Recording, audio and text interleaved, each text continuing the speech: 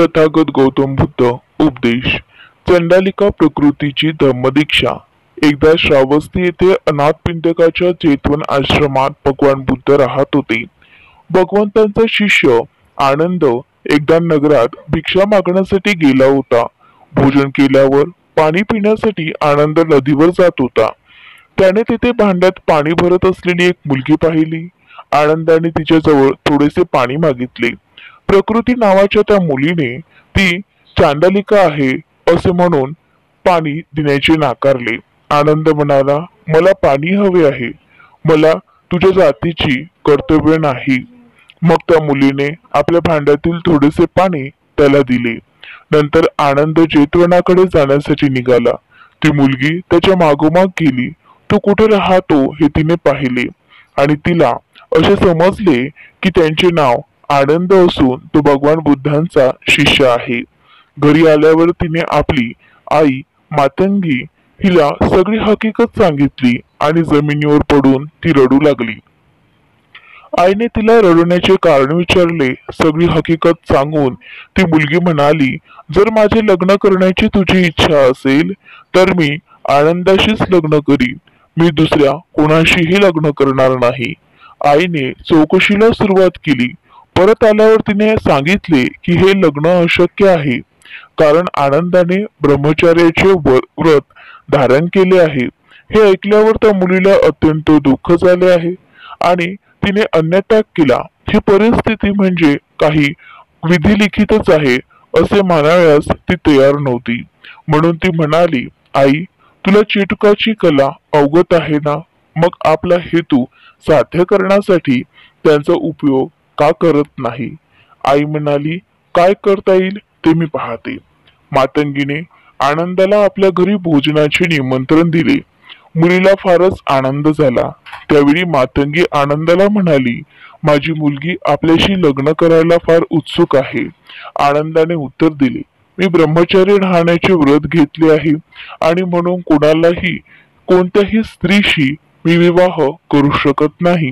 जर आपण माझ्या मुलीशी लग्न केले नाही तर मी आत्महत्या करीन, इतकी ती आपल्याकडे आकर्षित झालेली आहे। मातंगीने आनंदाला सांगितले, पण माझा नाईलाज आहे, आनंदाने उत्तर दिले। मातंगी आत गेली आणि तिने आपल्या मुलीला आनंदाने लग्न करण्यास नकार दिल्याचे सांगितले। मुलीने ओरडून विचारले, आई, तुझी ही चेटूक विद्या गेली कुठे? आई म्हणाली, माझी चेटूक तथागतांच्या विरुद्ध चालू शकत नाही। मुलगी ओरडून म्हणाली, दार बंद कर, त्यांना बाहेर जाऊ देऊ नकोस, म्हणजे आज रात्रीच मी त्यांना माझे पती व्हावयास लावते। आईने मुलीच्या इच्छेप्रमाणे केले। रात्र झाल्यावर आईने एक बिछाना खोलीत आणला। उत्कृष्ट पोशाख करून मुलीने आत पाऊल टाकले, परंतु आनंद अचल राहिला। आईने शेवटी चेतुकाचा प्रयोग केला, त्यामुळे खोलीत आग भडकली। आईने आनंदाचे वस्त्र धरले आणि ती म्हणाली, जर तुम्ही माझ्या मुलीबरोबर लग्न करणार नसाल तर तुम्हाला मी या आगीत फेकून देईल। तथापि आनंद शरण गेला नाही। आईने व मुलीने असहाय्य होऊन त्याला सोडून दिले। आनंदाने परत आल्यावर तथागतांना सर्व हकीकत सांगितली। दुसऱ्या दिवशी आनंदाचा शोध करीत ती मुलगी जेतवनात आली। आनंद भिक्षेसाठी बाहेर पडला होता। त्याने तिला पाहिले आणि तो तिला टाळू लागला, परंतु तो जिथे गेला तिथे ती मुलगी त्याच्या मागोमाग गेली।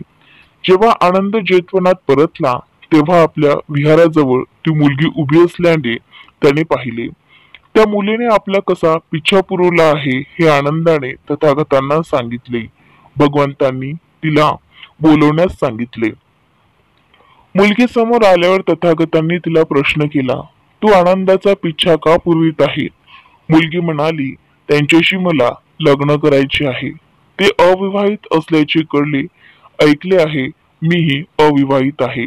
भगवंत म्हणाले, आनंद हा भिक्खू आहे आणि त्यांच्या डोक्यावर केस नाही। जर तुम्ही संपूर्ण मुंडन केलेस तर मग काय करता येईल ते मी पाहील। मुलीने उत्तर दिले, माझी तयारी आहे। भगवंत म्हणाले, मुंडन करण्याविषयी आपल्या आईची संमती मिळवली पाहिजे। मुलगी आईकडे आली आणि म्हणाली, आई, तुला जे करता आले नाही ते मी केले आहे. मी मुंडन केले. आनंदाशी माझे लग्न करण्याचे वचन मला भगवंतांनी दिले आहे. आई रागवली आणि म्हणाली, तू असे मुळीच करता कामा नये. तू माझी मुलगी आहेस आणि तू केस राखलीच पाहिजे. आनंदासारख्या श्रमणाशी लग्न करण्यास तू इतकी का उतावळी झाली आहे? त्यापेक्षा चांगल्या माणसाशी मी तुझे लग्न लावून देईन. तिने उत्तर दिले, मी आनंदाशीच लग्न करीन किंवा प्राण देईन. माझ्या पुढे तिसरा पर्याय नाही. आई म्हणाली, तू माझा अपमान का करीत आहे? मुलगी म्हणाली, जर तुझे माझ्यावर प्रेम असेल तर माझ्या इच्छेप्रमाणे मला करू दे. आईने आपला विरोध मागे घेतला आणि मुलीने मुंडन करून घेतले. नंतर मी तथागतांच्या समोर गेली आणि म्हणाली, आपण सांगितल्याप्रमाणे मी मुंडन केले आहे. तथागतांनी तिला विचारले, तुला काय पाहिजे आहे? त्याच्या शरीराचा कोणता भाग तुला आवडतो? मुलगी म्हणाली, माझे त्याच्या नाकावर प्रेम आहे, त्याच्या मुखावर प्रेम आहे, त्याच्या कानावर प्रेम आहे, त्याच्या आवाजावर प्रेम आहे, त्याच्या डोळ्यावर माझे प्रेम आहे आणि त्यांच्या चालण्याच्या पद्धतीवर माझे प्रेम आहे. तेव्हा भगवंत त्या मुलीला म्हणाले, डोळे हे अश्रूंचे घर आहे, नाक हे घाणीचे घर आहे, तोंड हे थुंकीचे घर आहे, कान हेही मळाचे घर आहे, शरीर हे मलमूत्रांचे आगार आहे. हे तुला माहिती आहे का?